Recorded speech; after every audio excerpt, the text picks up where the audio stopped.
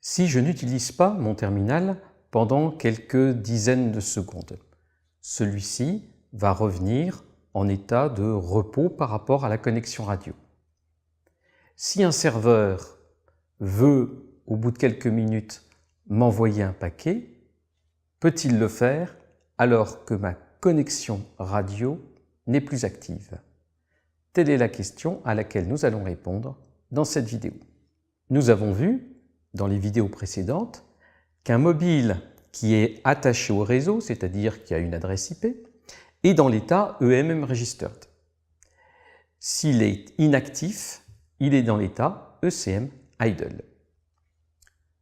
Lorsque l'utilisateur veut faire quelque chose sur son terminal, cela va provoquer l'émission d'un paquet du terminal vers le réseau et cela enclenche une procédure UE Triggered Service Request, demande de service par le terminal, où on a le rétablissement de la connexion radio, de la connexion S1AP et du tunnel entre l'inode B et le S-Gateway. Il y a une autre procédure qui est définie, qui s'appelle Network Triggered Service Request. Lorsque un paquet arrive du réseau extérieur, eh bien, il faut pouvoir rétablir la connexion. Par exemple, si on fait de la téléphonie sur IP, on utilise en général le protocole SIP, Session Initiation Protocol, et ce protocole dispose d'un message pour appeler un terminal. On peut avoir aussi d'autres applications qui provoquent régulièrement l'envoi de messages par le réseau, par un serveur. On a donc défini cette procédure où l'initiative vient du réseau extérieur. À la fin de la procédure, que ce soit UE Triggered Service Request ou Network Triggered Service Request, le mobile est dans l'état EMM Registered, ça ne change pas, et ECM Connected, ça c'est différent. Voyons l'état initial.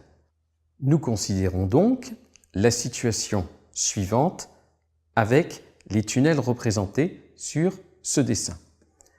Entre S-Gateway et P-Gateway, les tunnels sont maintenus. Le tunnel entre S-Gateway et MME est maintenu. Et une extrémité du tunnel partant du S-Gateway est maintenue quand on considère le tunnel entre l'inode B et le S-Gateway.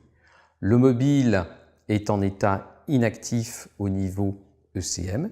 Par contre, il est toujours attaché au réseau, c'est-à-dire qu'il a une adresse IP et toutes les identités temporaires qui s'ensuivent.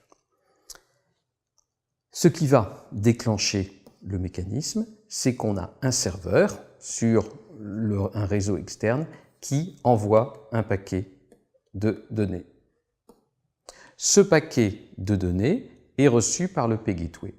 Le P-Gateway dispose bien du tunnel de données. Il va donc envoyer le paquet vers le Serving Gateway. C'est ce que nous voyons sur la figure suivante.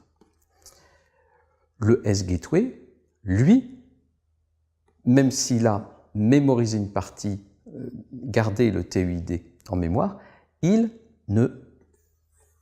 n'a pas un tunnel réellement actif. Donc, il va demander au MME d'établir la connexion. Le MME, nous le verrons dans la semaine de gestion de la mobilité, a une connaissance vague de la localisation du terminal. Il ne sait pas exactement dans quel inode B se trouve le mobile lorsqu'il est dans l'état ECM Idle. Ce qu'il va faire, c'est envoyer un message qui s'appelle un message de paging à toutes les cellules où est susceptible de se trouver le terminal. Ce message de paging contient le TMSI, l'identité temporaire du terminal.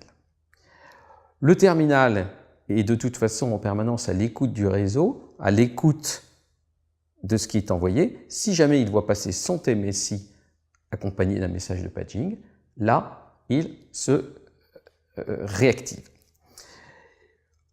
Le terminal, là où il se trouve, va donc répondre à cette demande. C'est ce que nous allons voir dans le scénario d'échange de messages. Le paquet IP vient de l'extérieur. Nous avons le bearer qui est établi entre Serving Gateway et P-Gateway, et puis nous avons le TUID, par exemple 102, qui est réservé encore pour le tunnel. Le paquet IP est transmis par le P-Gateway vers le S-Gateway. Ce paquet ne peut pas être délivré immédiatement. Il va donc être stocké. S'il y a des paquets ultérieurs, ces paquets vont être mis dans une file d'attente, vont être stockés en mémoire. Le S-Gateway va demander au MME de réactiver la connexion en envoyant Downlink Data Notification.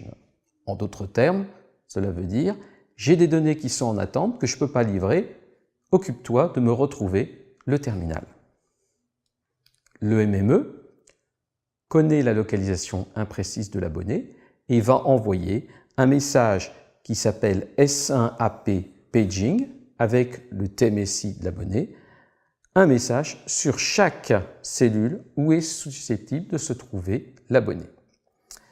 l'INODB répercute ce message sur la voie radio, c'est-à-dire qu'on a autant de messages sur la voie radio que d'INODB auquel le MME a envoyé un message S1AP Paging, et nous considérons la cellule où le terminal se trouve. Celui-ci va réagir au S1 Paging et va tout simplement effectuer la procédure UE Triggered Service Request. Cela va donc provoquer le rétablissement de la connexion radio avec le radio bearer correspondant, le S1 bearer entre l'INODB et le Serving Gateway, et on l'a de toute façon jamais libéré, le bearer entre S-Gateway et P-Gateway. Les paquets ont peut-être continué à être envoyés vers le Serving Gateway. Celui-ci les a mis en mémoire et dès qu'il peut, il va transférer ces paquets sur les bearers qui sont réétablis. Suivant la stratégie de l'opérateur, il peut y avoir une mise en mémoire plus ou moins importante, une capacité mémoire plus ou moins importante. Il est possible que l'opérateur décide de ne pas mémoriser les paquets en attente en se disant s'il y a un protocole supérieur, comme TCP, celui-ci va gérer ce mécanisme de reprise. Si on veut offrir une bonne qualité de service, il est préférable de stocker les paquets entre le moment où le premier paquet a été reçu et les bearers sont bien réétablis.